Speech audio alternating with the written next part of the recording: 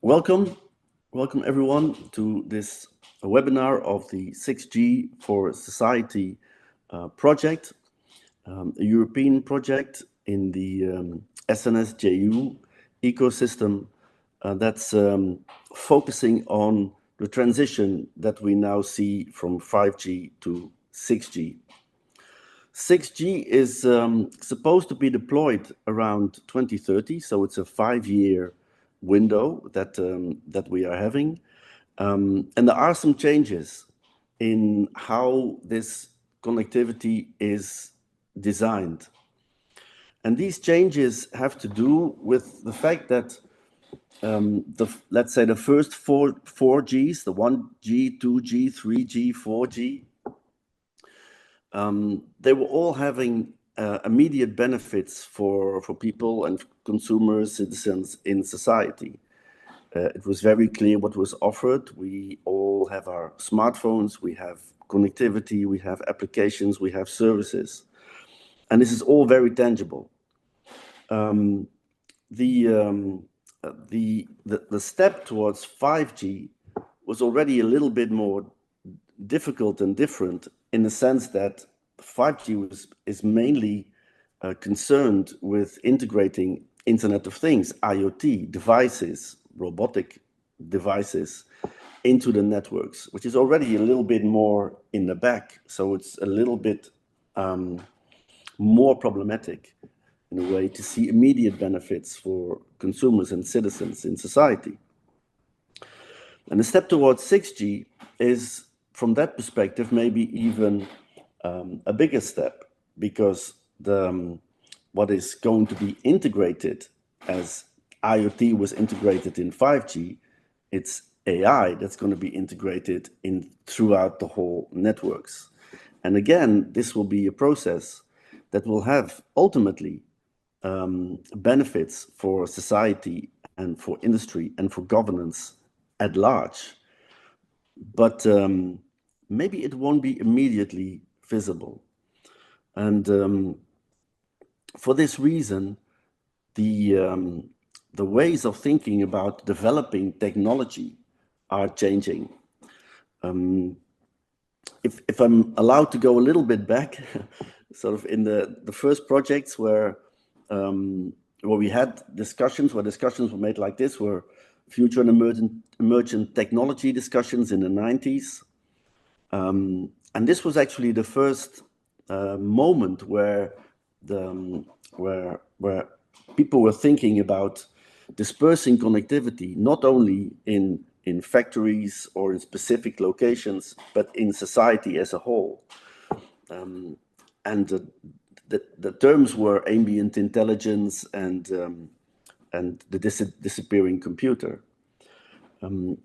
And in these first discussions, philosophers and ethnographers and ethical experts were very much involved.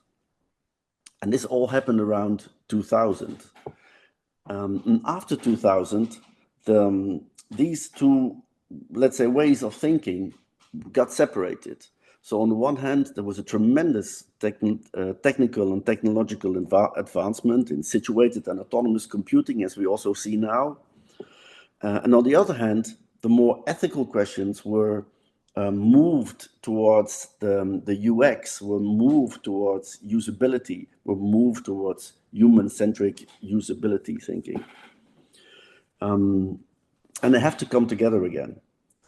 These trends were apart for too long, and they're actually coming together in the 6G for Society project.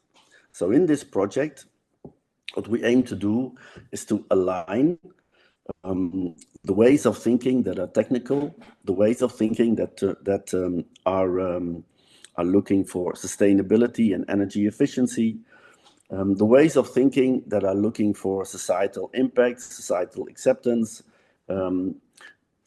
but are going to be, and we're trying to have them aligned. And this alignment has gotten operationalized, has gotten a pragmatic voice in a term that's called KVI, Key Value Indicator. And this is rather a new term. And as we all know, the term KPI, which is very much tied to this technological system,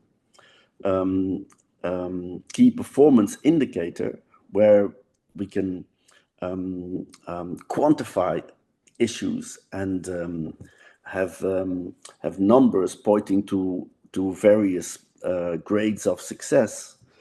This has always been much more difficult in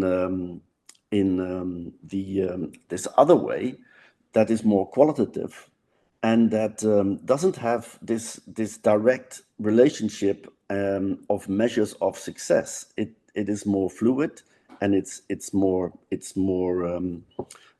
lengthy as a process. But it's important that we bring them together, that alongside the key performance indicators, the KPIs, these KVIs, these key value indicators, become as important as the KPIs are now.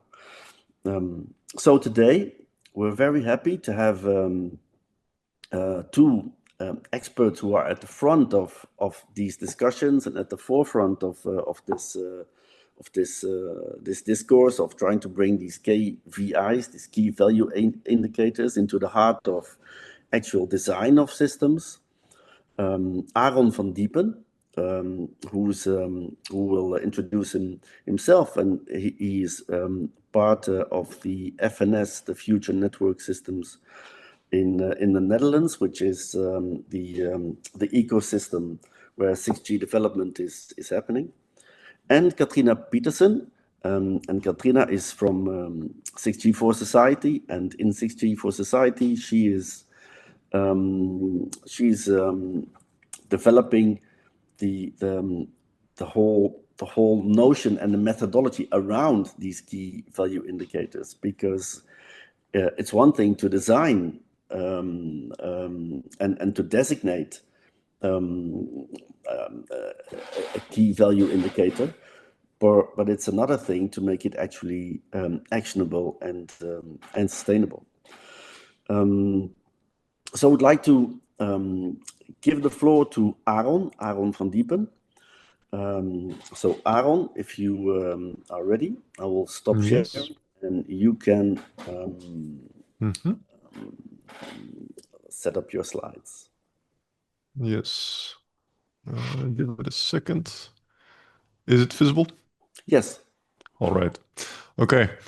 So I will shortly introduce not only myself, but also the FNS consortium.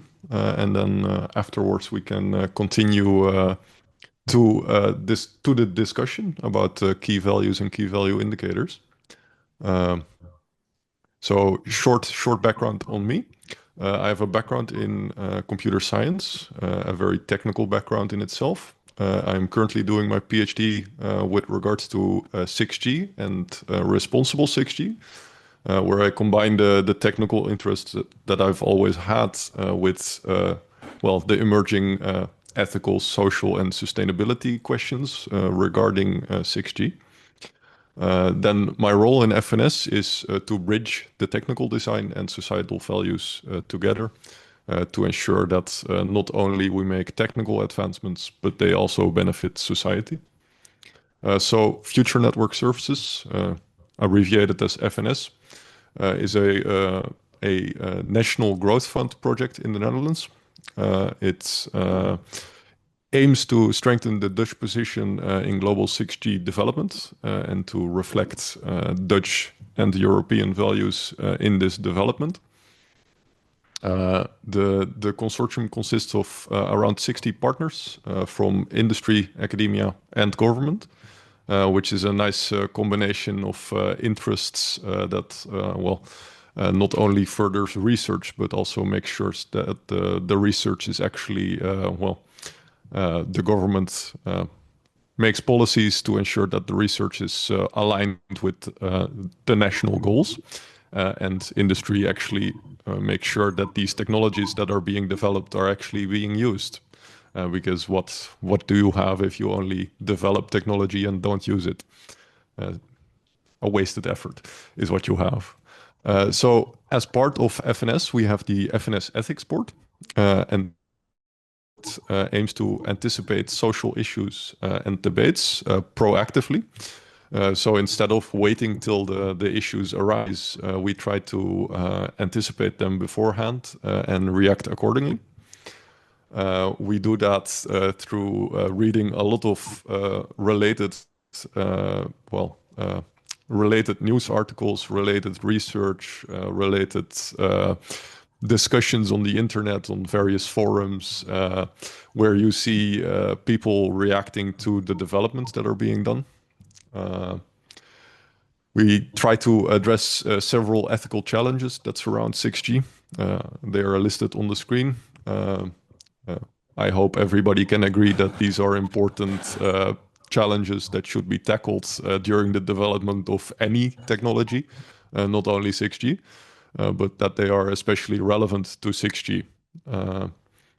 One of the methods that the ethics board likes to take is coming from TU Delft, which is where I'm also doing my PhD, and is the design for values approach, where you take a value and you try to actually create a similar to what the key values and key value indicators are aiming to do. You take a value and you try to translate it into uh, technical requirements of a work that you have. I think we will switch to Katrina now, who will give a short introduction, a more detailed introduction or on key values and key value indicators. So I will stop sharing my screen. No, but it's great. So, and actually, I already want Yes. to ask you more about as I'm Mm-hmm. sharing the screen and procrastinating time as I pull it up. I'm already wanting Mm-hmm. to ask you more about this design for values and how you do Mm-hmm. how it structures that work of taking value and taking it down. But we can get there in a second. So, Yes. can you Yes. guys all see my screen? I can. Yes. Fabulous. All right, so just to give you a little bit more about me. So as Rob already introduced me a little bit, and he introduced the Project 60 for Society, so I won't bother with that. But I'll just tell you a little bit about my background. I come to KVIs from the social science perspective. My background is actually in what's called science technology studies, so looking at the impact of technology on society. And I've done this work specifically within the disaster response space. And for me, this is really a particularly interesting place to put together society, ethics, and technology because there's a lot of impact and ethical challenges within the disaster world. But at the same time, it is not a commercially driven space. So innovation and the market have different types of drivers, and they're value-based drivers. And so this is a very, for me, a very poignant area to work to try to understand how we can engage values in a different way to actually shape the trajectories of innovation. So just to give you a little bit of that background, I'm actually just for fullness, I'm a senior research consultant in societal impact and societal values at Public Safety Communication Europe, which is a member forum, a nonprofit member forum based in Brussels. So, as Aaron said, I'm going to talk a little bit about KVIs and the understanding of them. So, this is a diagram that I really, really quite like to use because it helps me try to understand the intervention that KVIs are trying to do within the design process. So, typically, we have what's going on the left, and that's sort of the KPIs, the process. We're trying to understand how technology can progress, how it can improve, how it can just get better, which is a very important project. What a KVI is trying to do is actually map that onto this dotted arrow, trying to help us know, are those technological advancements that we're doing, can we orient them in a way that actually produces value? And how do we know that we're oriented in that right way? So it's not just about making sure we can increase the speed of data, for disaster response. What we want to do is do it in a way that actually improves firefighting, that saves lives, saves the environment, or decreases vulnerability. Or taking it outside of disaster response and into media, say, increased connectivity is something in general that we're trying to do, but how do we do it in a way that actually improves cultural connection or community building? And KPIs are intended to help us figure out how to look into that dotted line. I often think of them as compass needles that help guide us in the right direction.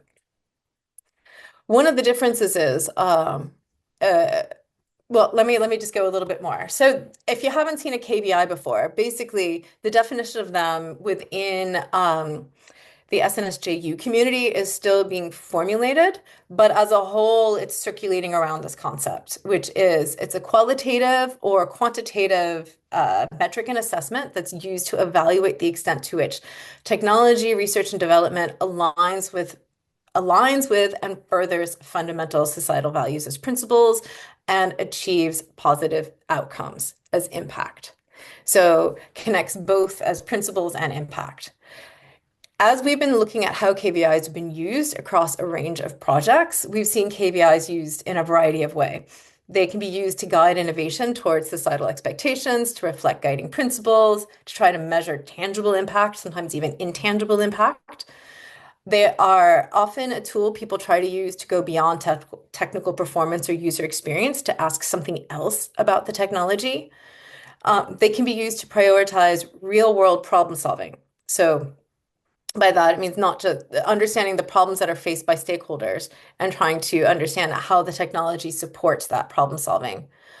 For some, there are actually ways to increase stakeholder engagement and just broaden the diversity of perspectives in design so that it's not just a technology person or it's not just a social scientist, but it includes a variety of voices necessary to understand how that value matters. And in all cases, KVIs should inform some form of decision making. They aren't just there to display and demonstrate, they're part of a decision-making process. So in this way, they're both a strategic evaluation frame and an impact assessment tool. The thing about KVIs is that they can work in a lot of different ways. And this is one of the challenges that I think has to be worked out a little bit more about how we want to use KVIs and what we want KVIs to actually do for us.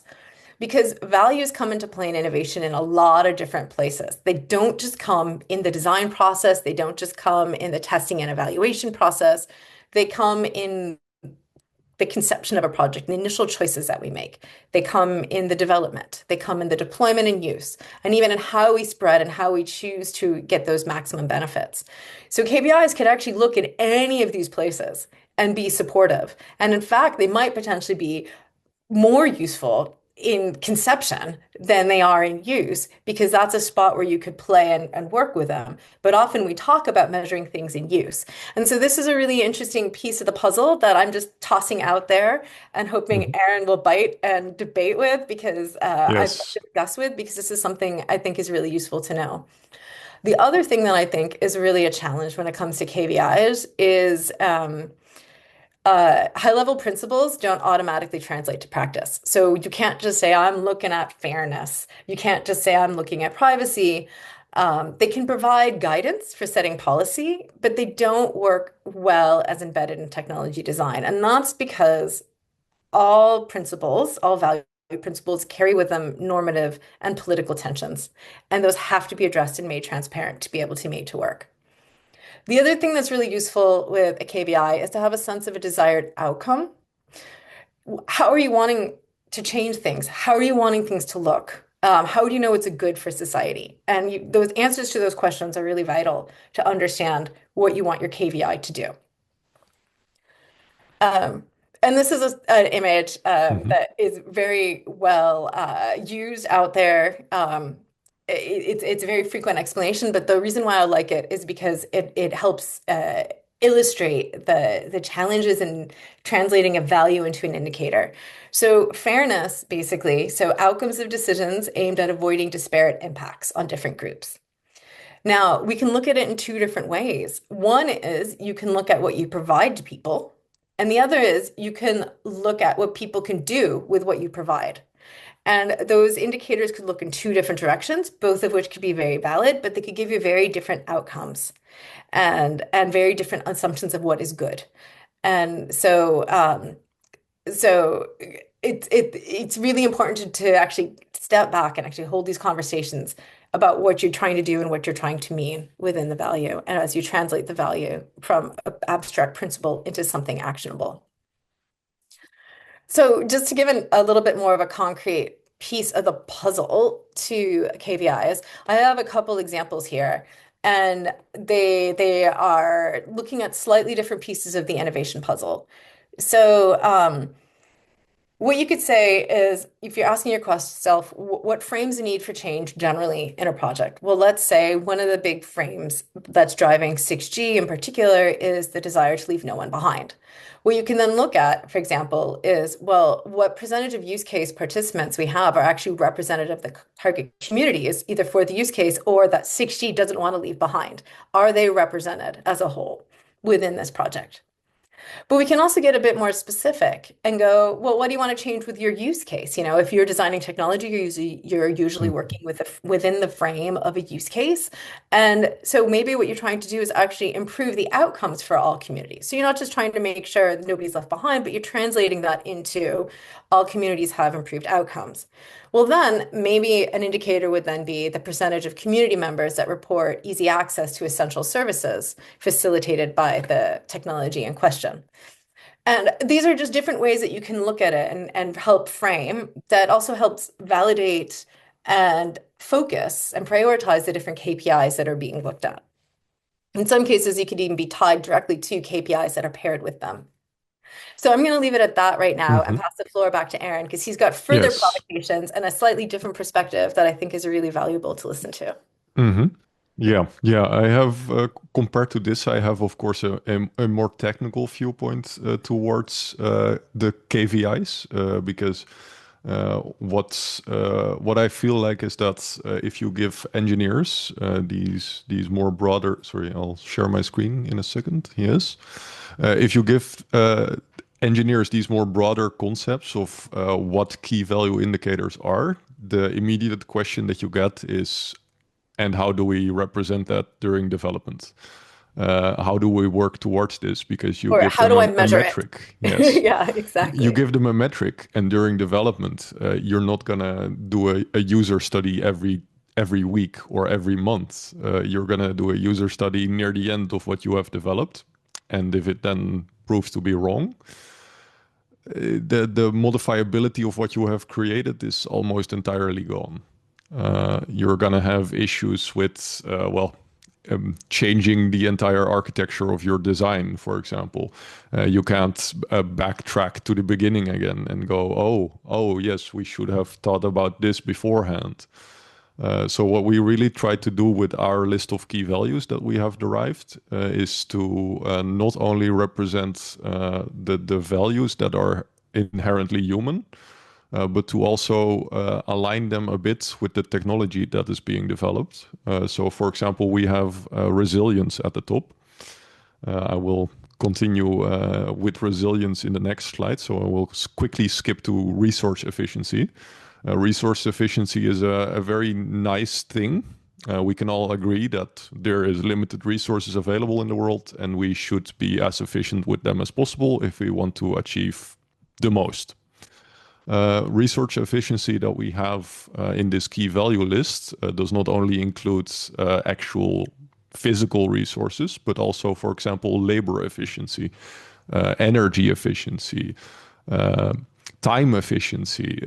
All of these things come into account. You have limited time. We don't live forever. We want to develop things as quickly as possible, preferably, so that we can continue on to the next thing that we develop. How do we reflect these values in the actual development cycle? Because it's very easy to measure something, which is why we want to create key value indicators that allow us to actually measure something on a quick cycle, sometimes a longer cycle, but at least to somehow represent these key values as a metric that can be achieved or cannot be achieved. And that way you can show that you're not only putting in the effort to work towards these key values, because anybody can say that they're working towards something. But if you have no proof of you actually achieving your goals, then it's all just, well, things you've been saying. Like there is no value to it. And therefore, we are currently working. This is based on a work that we have recently published at EU CNC, which hopefully inspires a few people to read our work and may lead to some citations. But currently, we're working on how to derive key value indicators from these key values, because these key values that I listed in the previous slide, we use these to show that 6G development can have a positive impact on sustainability goals. Sorry, I'll go back to the previous slide, which, as you can see, every key value has a type of sustainability or multiple types of sustainability that they're working towards. And through this, we showed that 6G development can actually benefit the sustainability goals that not only the European Union, not only the Netherlands inside the European Union, but the entire world is slowly adopting.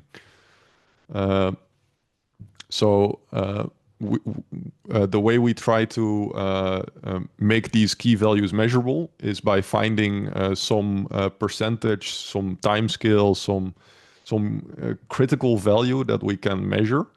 So here we have the example of resilience, which resilience not only means availability, not only measured through uptime, but also security, because resilience is the state of a system to not be taken down, not be negatively affected by outcomes of the environment.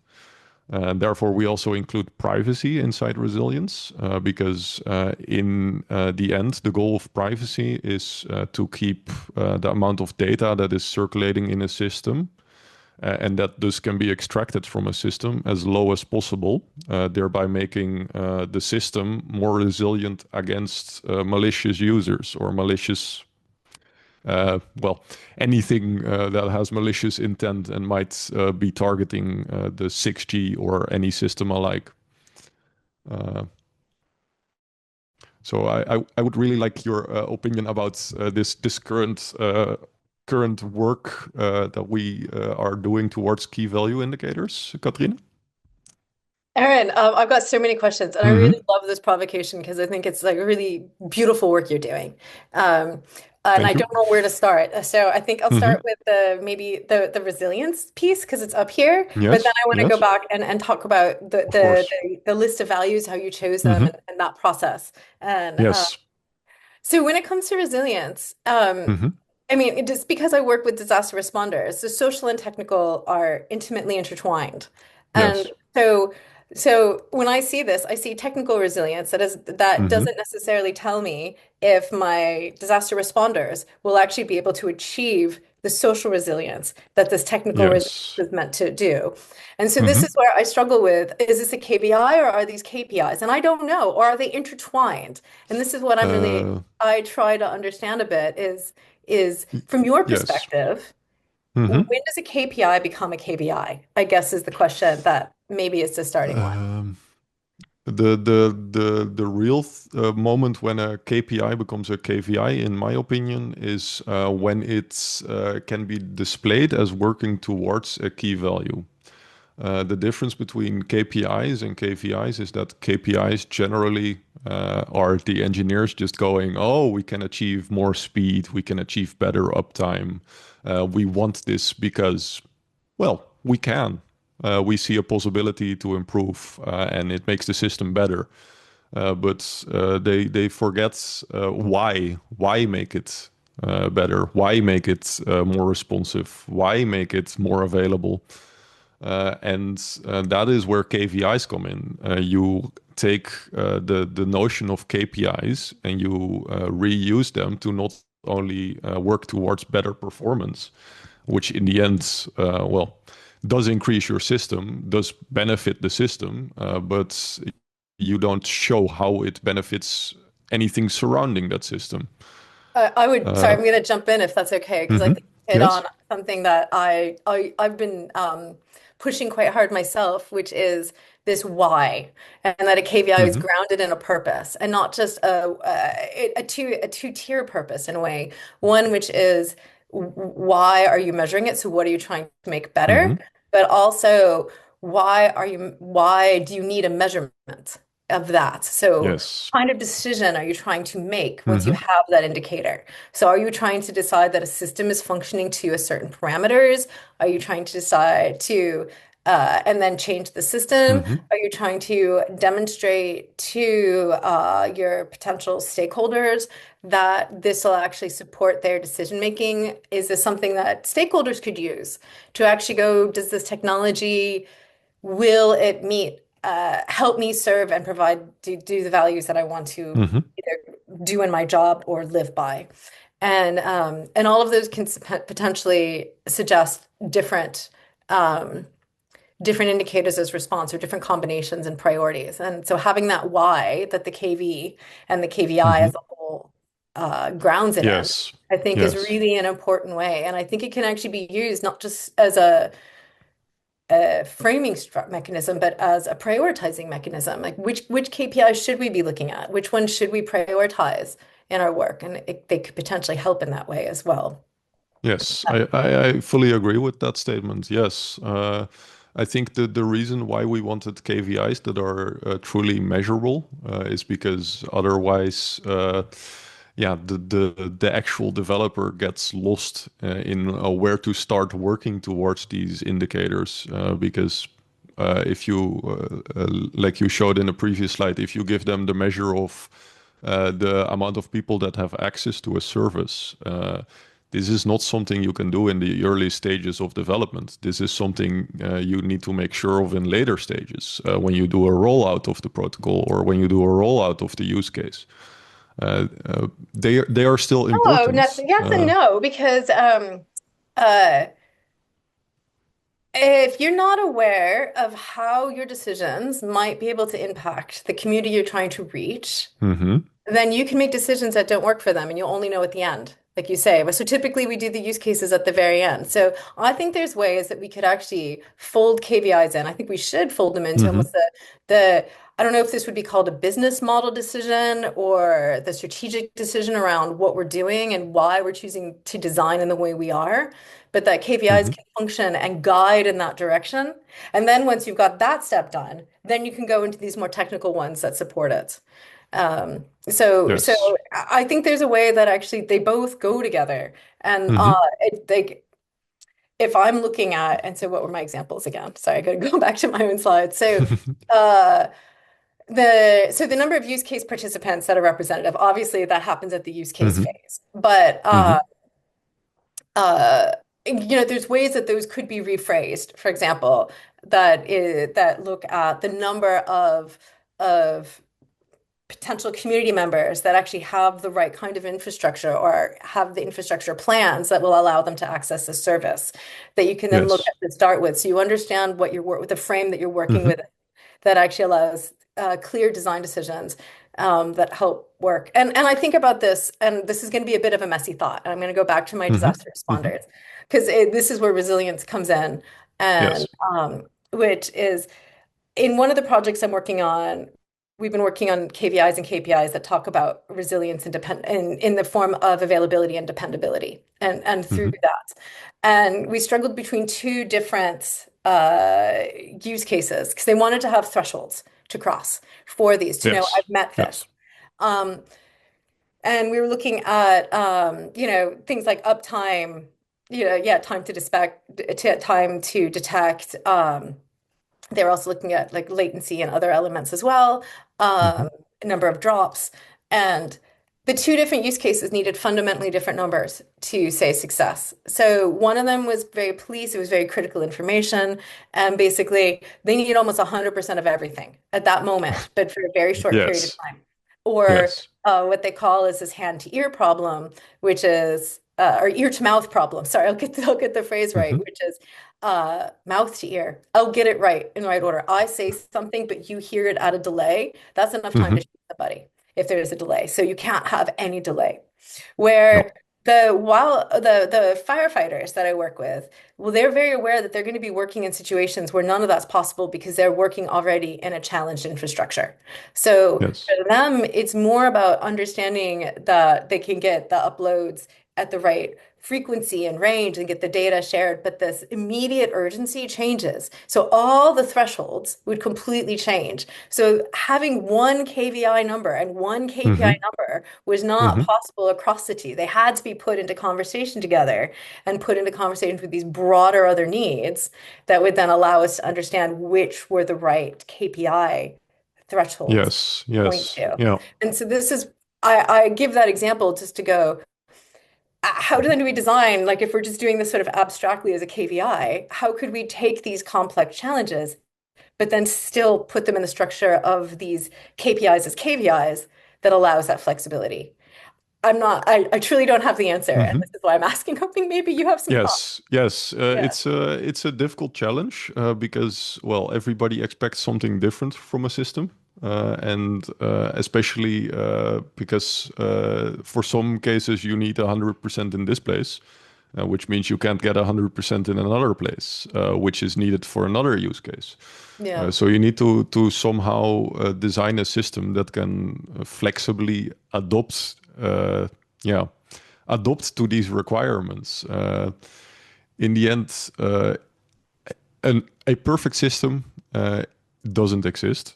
A system that gets every specification 100% is almost nearly impossible. So you always need to make a trade-off, and that really depends on the use case indeed.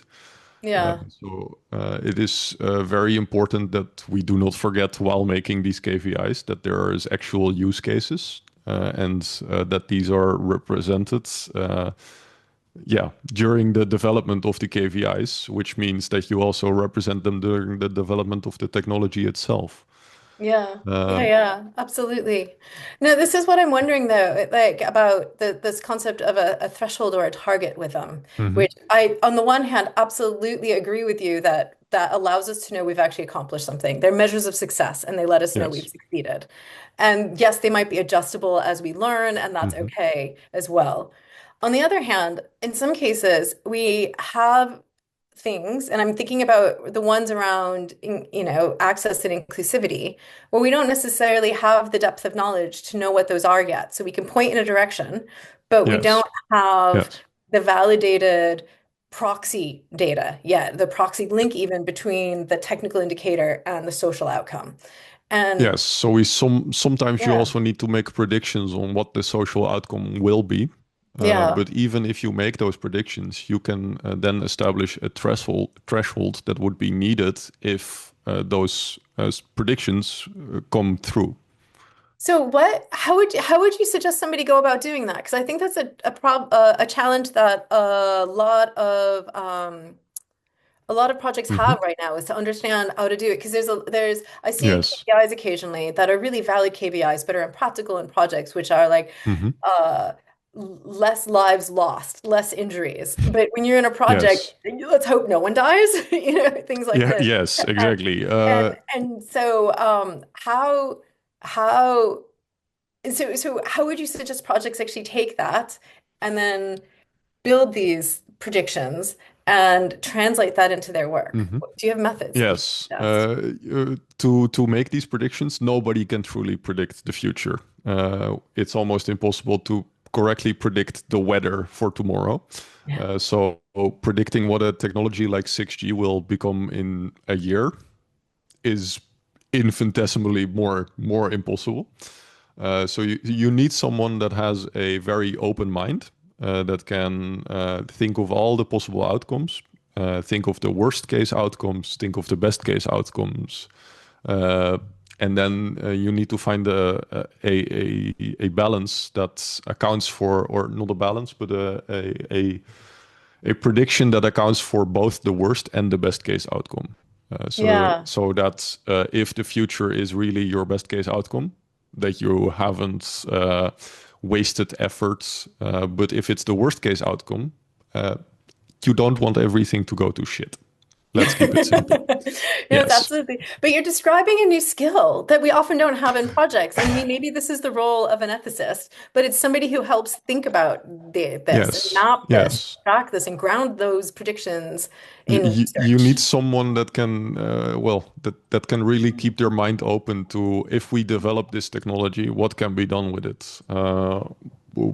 For example, when the internet was created, nobody thought that it would become mobile, that we would have mobile phones that are fully connected every day, which now means that when you go to the train station and you sit in the train during your entire train ride, you see everybody attached to their screen.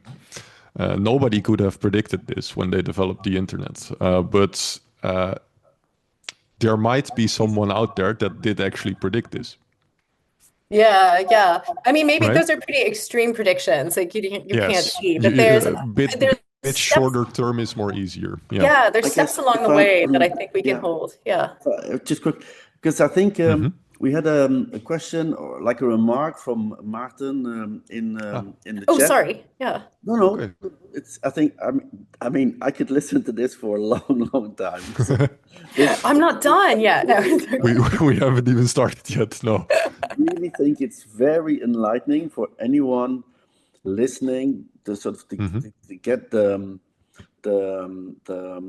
flow of thought. So no, but no. So like I said, we must do this again. But Martin says goes a little bit into what you've both been saying. I Hmm. guess I'm wondering how much agency there is to design value into large initiatives or developments such as 6G. I think you both touched on this. But when you're, for example, working in this FNS infrastructure, Aaron, Hmm. do you think that that you have a voice there, that people are open to the people sort of to these? I think the 6G community has already opened itself up to the idea of key values, and I think we need to take this opportunity to really stress the fact that they are important. I think one of the main reasons that the 6G community has opened itself up to key values is the historic development of 5G, which to most people seemed like just faster connectivity. That's what most people felt like it was, which meant that in marketing it got represented that way, which means that, well, you kind of lose the effort that the entire 5G community has put into development of 5G by only representing it as an increase in speed. It feels like a lot of people have put effort into the other aspects of 5G, and especially during its development, you saw a general increase in the security that 5G offers, which my kind of topic. You see, if you look actually into the details, you see this development happening, but then you don't see it represented anywhere else. The effort is kind of being done behind the screens because they don't have a way to show that this effort is being done, and that's actually valuable to society. I have a slightly different perspective, maybe not quite Hmm. as optimistic, but also one with a pathway. So, or at least this, which is I think the community, parts of the community are definitely open to the idea of value and having value shape. And I think there's a lot more bridging that's going on between the social science world, especially around responsible research and innovation or other value-based design type projects, and um, technology processes. So I think there is growth in that way, and there's opportunities. But I also see challenges. So, for example, I know within some of the standardization committees, they're refusing to standardize KPIs because they see them as too fuzzy. Because values are fuzzy and you can't define them for exactly the Yes. reason that, I represent fairness in the two ways. That Hmm. said, the different facets, I think, of a value can be articulated and defined. And I think we can create structures around them that allow for the conversations. But it involves non-technical experts to do this. It involves people like you, Aaron, who come in, who are working with a large committee with diverse voices, who understand Hmm. ethics and values, who can help us with the guiding of the definitions. And I think it also involves a lot of conversations with stakeholders to help guide and make it really clear why the values matter to them and how they want to see that and have that feedback in. I just recently ran a workshop with the PPDR community, the disaster response community, between researchers, industry, and practitioners to actually discuss what values matter, how do they prioritize, and what evidence would they want to see. And the values they listed don't necessarily match the values that are currently being engaged within the 6G projects that we see. And so, as long as there's this disconnect, the agency is a little bit tense.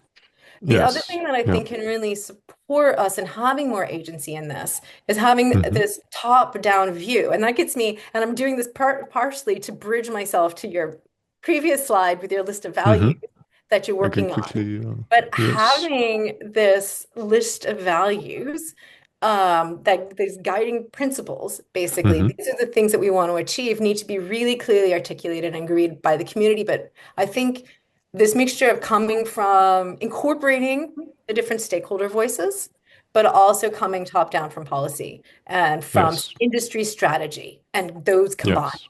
And without Yeah. that, I think we feel like we don't have agency because we're Hmm. working within different types of frames, the cost saving frame or other things like that, Yes. that Yes. will If you drive. really want to Yeah. engage industry in something, you need to show that there's monetary benefit.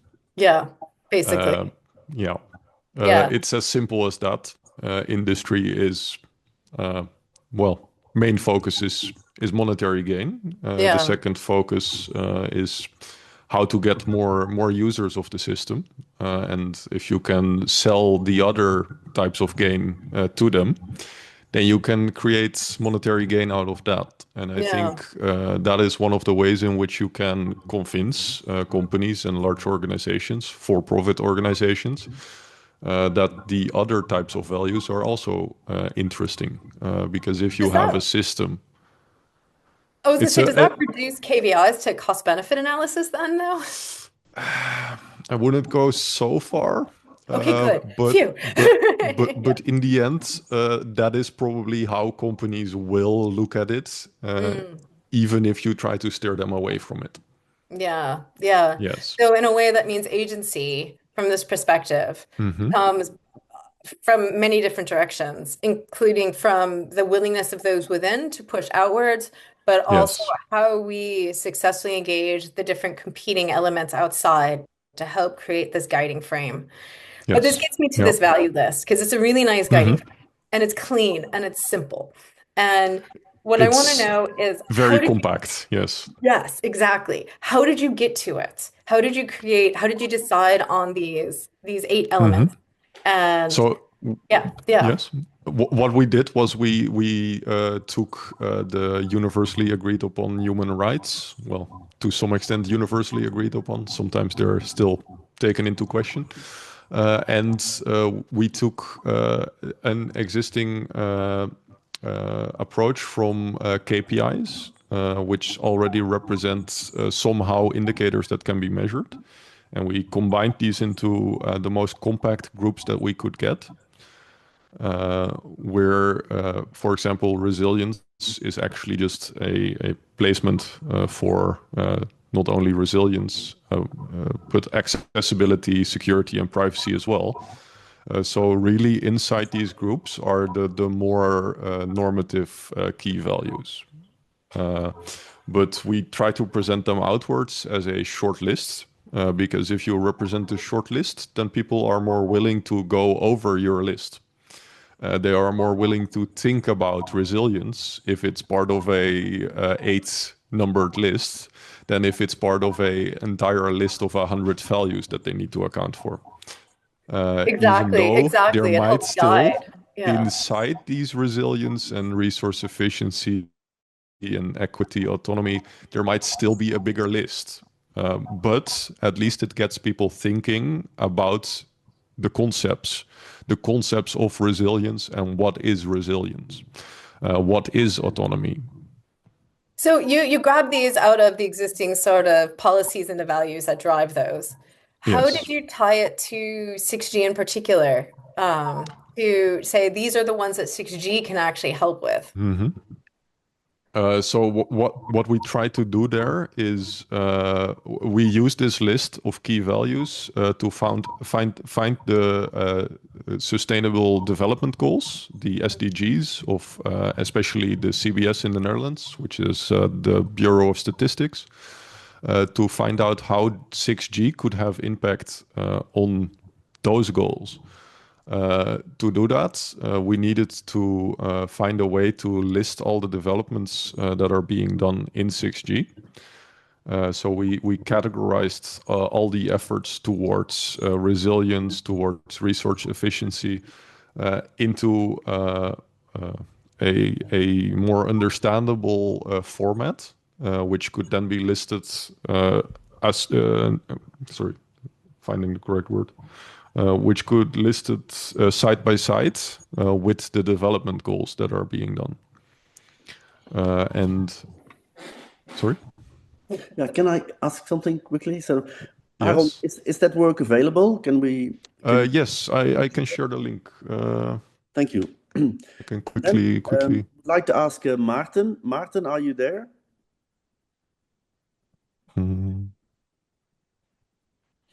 Because Maarten just put I am. You are there, Maarten? Yes, I am. Maybe you would like to explain the KPI to OKR evolution, and then you say also you talk about key value results. Yes. Yeah. Hi, I'm Maarten, calling in from Hello? Amsterdam. Very interested in the 6G evolution, if you will, and lately very much into values and yeah, the planetary boundary and ennobling kind of things. So listening to this and listening to the values and very impressive work, by the way, it made me think of what I learned myself, and that is the evolution of key performance indicators.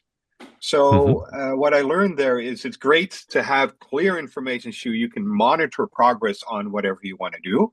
So that's very good information, and the better that is, the more information you have. But there is also a new movement, relatively, might be even 20 years old, popularized by Google and such, which is called objectives and key results, if you're familiar with that. And personally, I so love working with those because you are more driven towards action and accountability as a person, as a group, as an organization. So I was thinking for this, this addition to the evolvement, if I will, or if I may, would that be interesting to explore? Like to how can you determine, because you're almost there, but in a different way, how can you determine specific results in resilience? And therefore, if you have a number or a thing, and I know it's impossible now to quickly come up with one, but to reframe the question a little bit, so then you have tangible things that, you know, the great example in OKRs is like, let's fix world hunger. So we first need to get food, then we need to get distribution and money. Oh, okay. Yeah. And then you have there you have specific results that works there. And of course, it all evolves toward something else.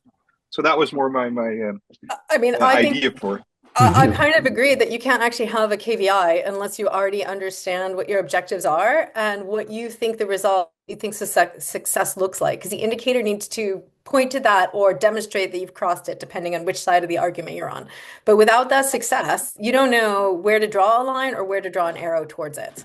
And so, and I've seen the objectives and key results used before for people instead of defining like user needs and requirements, they define that way, user objectives, user results that they want to see. And I've seen this transition as well. And I think it's actually a very productive one because it helps put the why back into the equation rather than just having it be the what.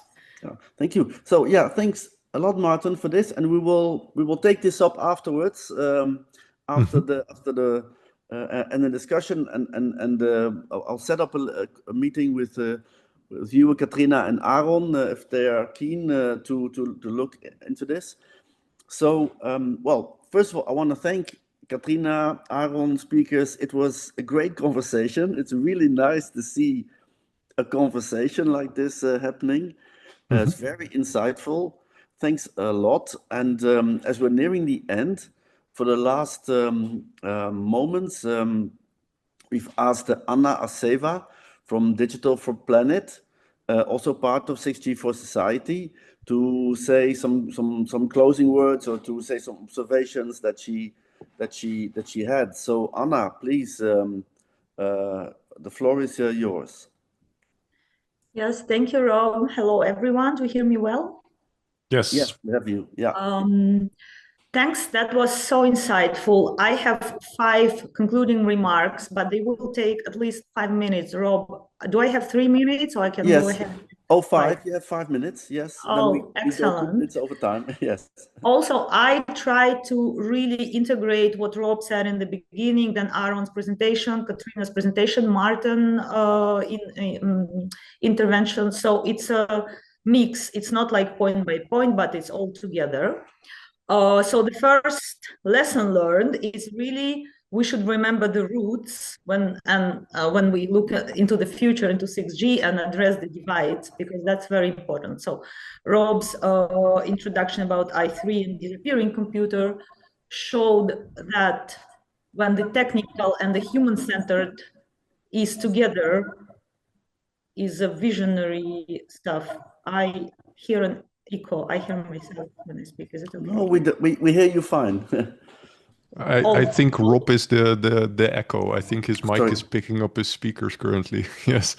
Something is happening, but it's okay. When technology and human-centered design split apart, like now we had both our mics on, so these both paths, as I replied to Martin, they lose something, both the technical and the human-centered, and then the biggest loser is society, basically you and I, and even the biggest loser is Earth as well. So main insight from this first lesson is that with 6G, hopefully, we have this rare opportunity to reunite technical innovation with social values, with society, with you and I, and even with Earth. Yes, we are very ambitious. So the second lesson learned that comes from the first is 6G as a transformative opportunity. That's what I just said. So what's the lesson?